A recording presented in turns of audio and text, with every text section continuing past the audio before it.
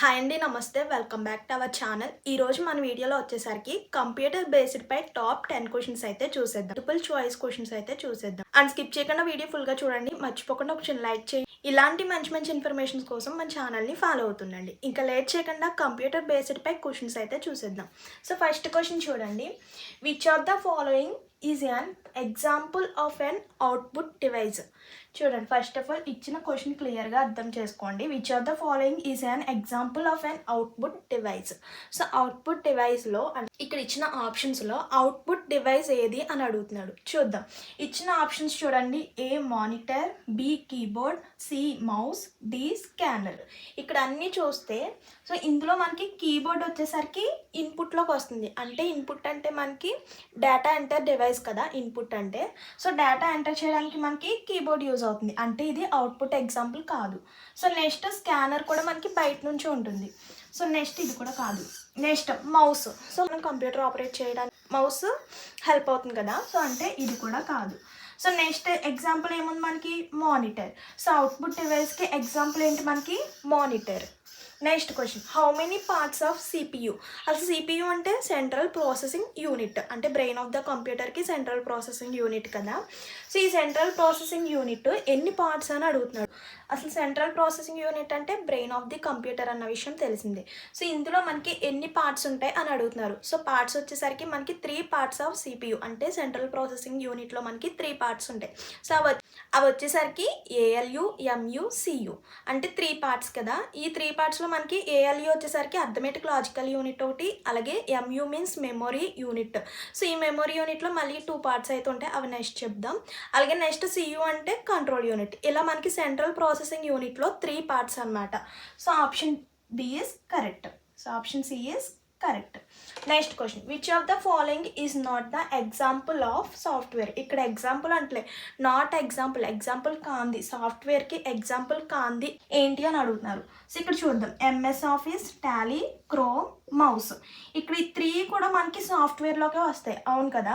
కానీ ఇక్కడ అడిగింది ఏంటి? సాఫ్ట్వేర్ కాంది అని అడుగుతున్నాడు. సో మౌస్ అనేది సాఫ్ట్వేర్ కాదు.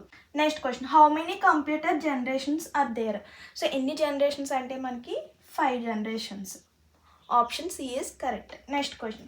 What is the time period of first generation of computer? First generation అనేది టైం పీరియడ్ అడుగుతున్నాడు. సో టైం పీరియడ్ వచ్చేసరికి 1946 to 1959 అనమాట. So option A is correct. Next question. How many types of memory are there? చెప్పాను కదా ఇక్కడ. So సిపియూలో మనకి part memory. ఆ మెమొరీలో మళ్ళీ మనకి 2 పార్ట్స్ ఉంటాయి. Internal memory and external memory. So అంటే ఇప్పుడు మనకి ఎన్ని types memories? 2 types of memories. Internal memory and external memory. Next question. Which of the following is an operating system? Operating system ఏది అని అడుగుతున్నాడు. ఇక్కడ చూడండి 4 ఆప్షన్స్ ఇచ్చాడు. మైక్రోసాఫ్ట్ విండోస్, అలాగే లినక్స్, మైకోస్ అండ్ ఆల్. ఇక్కడ ఫస్ట్ ఎగ్జాంపుల్ అంటే ఫస్ట్ ఆప్షన్ చూడగానే మనం మైక్రోసాఫ్ట్ కదా. సో అంటే ఆపరేటింగ్ సిస్టమ్ కూడా మనకి మైక్రోసాఫ్ట్ విండోస్ కాబట్టి ఆప్షన్ ఏ అని క్లిక్ చేస్తాం. కానీ ఇక్కడ మనకి లీనాక్స్ కూడా ఆపరేటింగ్ సిస్టమే, అలాగే మైకోస్ కూడా మనకి ఆపరేటింగ్ సిస్టమే. అప్పుడు ఏమవుతుంది? కరెక్ట్ ఆన్సర్ వచ్చేసరికి డి ఆల్ ఆఫ్ దిస్. అంటే ఇచ్చిన 3 ఆప్షన్స్ కూడా కరెక్టే. So option D is correct.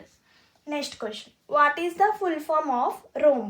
So ROM అంటే మనకి రీడ్ ఓన్లీ మెమొరీ, అలాగే random access memory, real time memory, అలాగే డి వచ్చేసరికి నన్ ఆఫ్ దిస్, ఏది కాదు. ఇక్కడ కరెక్ట్ ఆన్సర్ వచ్చేసరికి read only memory. ROM means read only memory. అంటే option A is correct. Next question. Which of the programming language? So ఇక్కడ చూస్తే which of the programming language అన్నారు కాబట్టి ఫస్ట్ ఆప్షన్ వచ్చేసరికి జావా. సో జావా అంటే మనకి programming language కాబట్టి option A is correct. కానీ నెక్స్ట్ ఆప్షన్స్ కూడా మనం చెక్ చేసుకోవాలి. నెక్స్ట్ ఆప్షన్స్ కూడా ఏమి ఇచ్చారన్నది చెక్ చేసుకోవాలి. పైథాన్, C++, అలాగే డి ఆల్ ఆఫ్ దిస్. అంటే సో జావా అనేది ప్రోగ్రామింగ్ లాంగ్వేజే, అలాగే పైథాన్ కూడా మనకి ప్రోగ్రామింగ్ లాంగ్వేజ్, అలాగే C++ కూడా మనకి ప్రోగ్రామింగ్ లాంగ్వేజ్. అంటే ఈ 3 ఆప్షన్స్ కూడా కరెక్టే అనమాట. అంటే option D is correct. All of this అంటే ఇచ్చిన 3 ఆప్షన్స్ కూడా కరెక్టే. So option D is correct. Next question. Control plus X is used for? ఇక్కడ ఏం అడుగుతున్నాడు? కంట్రోల్ ప్లస్ ఎక్స్ అంటున్నాడు. సో కంట్రోల్ ప్లస్ ఎక్స్ అంటే దేనికి యూజ్ అవుతుంది? సో ఇది వచ్చేసరికి మనకి షార్ట్ కట్ కదా. కంట్రోల్ ప్లస్ ఎక్స్ అంటే control plus C, control plus V, ఇవన్నీ కూడా మనకి షార్ట్ కట్స్.